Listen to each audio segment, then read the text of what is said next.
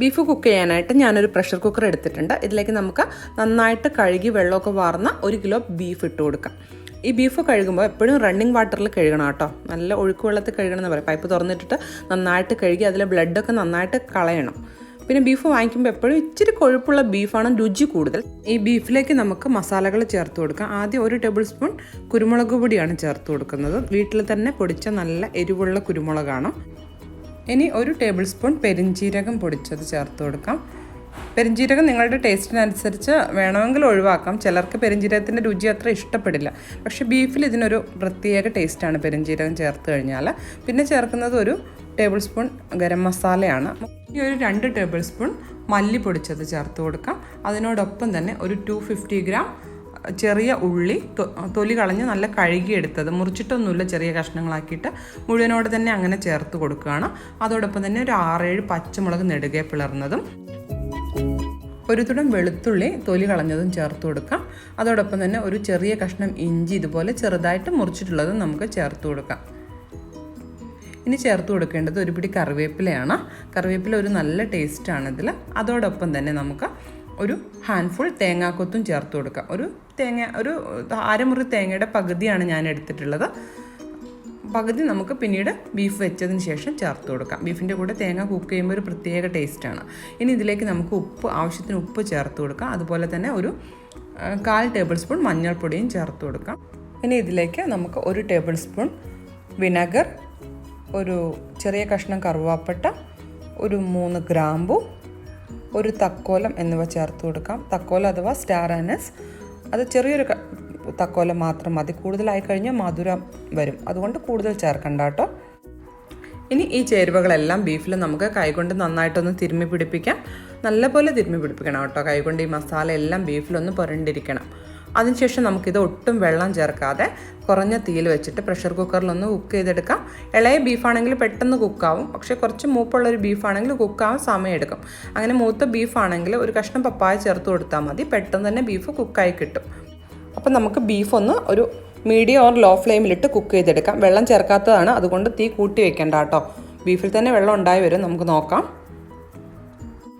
Beef കുക്കാവുന്ന സമയം കൊണ്ട് നമുക്ക് 3-4 വറ്റൽമുളക്, അതുപോലെ 1 ടേബിൾ സ്പൂൺ പച്ചമല്ലി, നമ്മുടെ കൊത്തമല്ലി ഇല്ലേ, അത് ഒന്ന് പൊടിച്ചെടുക്കാം. ഒരു തരിതരിപ്പായി പൊടിച്ചാൽ മതി, വല്ലാതെ പൗഡർ ഫോമിലൊന്നും ആവണ്ട.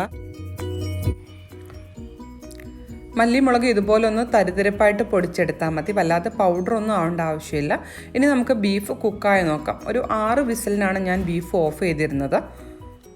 അപ്പോൾ അത് ബീഫ് അത്യാവശ്യം നല്ലപോലെ കുക്കായിട്ടുണ്ട്. ഇനി ഇതൊന്ന് ഇളക്കി കൊടുത്തിട്ട് ഇതിൽ കുറച്ച് വെള്ളമുണ്ട്, അത് നമുക്ക് നന്നായിട്ടൊന്ന് വറ്റിച്ചെടുക്കാം. ഒരു ഇടത്തരം ഫ്ലെയിമിൽ ആ വെള്ളം വറ്റുന്നവരെ ഒന്ന് കുക്ക് ചെയ്തെടുക്കാം.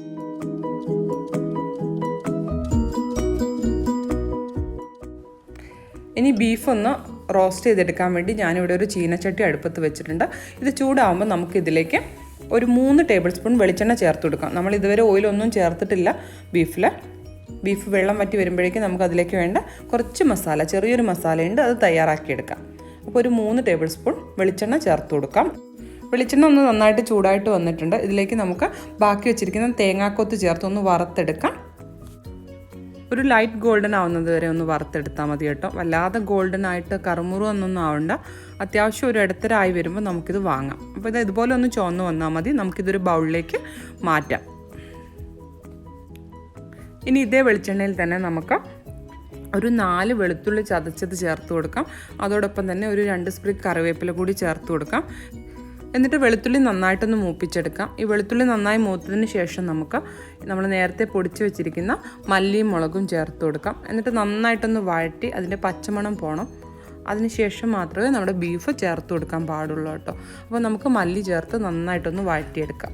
മല്ലിയും മുളകും നന്നായിട്ട് മൂത്ത് വന്നിട്ടുണ്ട്. ഇതിലേക്ക് നമ്മൾ നേരത്തെ തയ്യാറാക്കി വെച്ചിരിക്കുന്ന ബീഫ് ചേർത്ത് കൊടുക്കാം.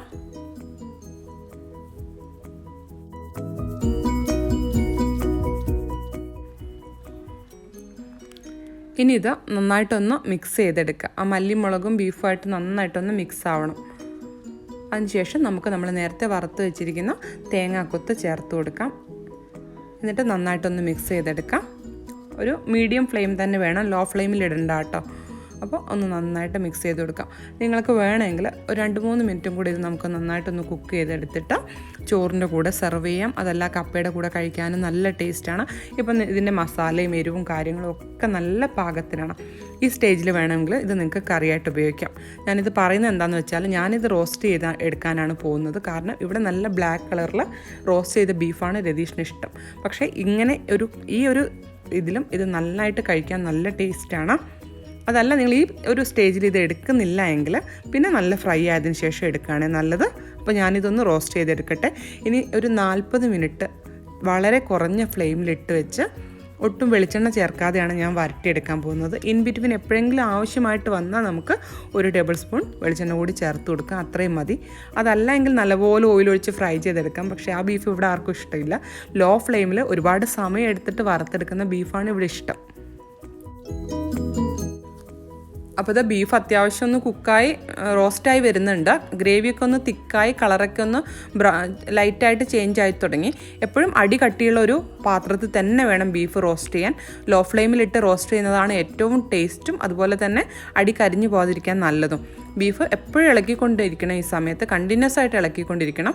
അതുപോലെ തന്നെ ബീഫ് ഇളക്കുന്ന സമയത്ത് എപ്പോഴും നമ്മുടെ പാനിൻ്റെ അടിയിലാണ് ആദ്യം മസാല പിടിക്കുക. അപ്പോൾ ആ മസാല ഒരു നല്ല കട്ടിയുള്ള സ്പൂൺ കൊണ്ട് ഇതുപോലെ റബ്ബ് ചെയ്ത് കൊടുക്കണം. അതിങ്ങനെ ഇളക്കിക്കൊണ്ടിരിക്കണം. ബീഫ് ഇളക്കിയില്ലെങ്കിലും കുഴപ്പമില്ല, പക്ഷേ അടി പിടിക്കുന്ന മസാല നമ്മൾ ഇളക്കിക്കൊണ്ടിരിക്കണം. ലാസ്റ്റിൽ നല്ല പൊടിയായിട്ട് ഇത് കഴിക്കാൻ വേണ്ടിയിട്ട് നല്ല ടേസ്റ്റാണ്.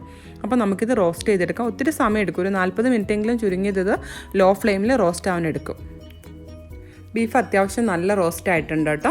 ഇപ്പോൾ ഞാനൊരു 2 ടേബിൾ സ്പൂൺ വെളിച്ചെണ്ണ കൂടി ചേർത്ത് കൊടുത്തിട്ടുണ്ട്. അതുപോലെ നമുക്ക് എരിവ് ഈ സമയത്ത് നന്നായിട്ട് കുറഞ്ഞിട്ട് വരും. മസാലയൊക്കെ നല്ല ബീഫ് മൂത്ത് വരുന്നതിനനുസരിച്ച് എരിവ് നല്ല കുറവ് തോന്നും. അപ്പോൾ നമുക്ക് വേണമെങ്കിൽ ഒരു ടേബിൾ സ്പൂൺ കുരുമുളക് പൊടി കൂടെ ചേർത്ത് കൊടുക്കാം. ഞാനൊരു ടേബിൾ സ്പൂൺ കുരുമുളക് പൊടി ചേർത്ത് കൊടുത്തിട്ടുണ്ട്.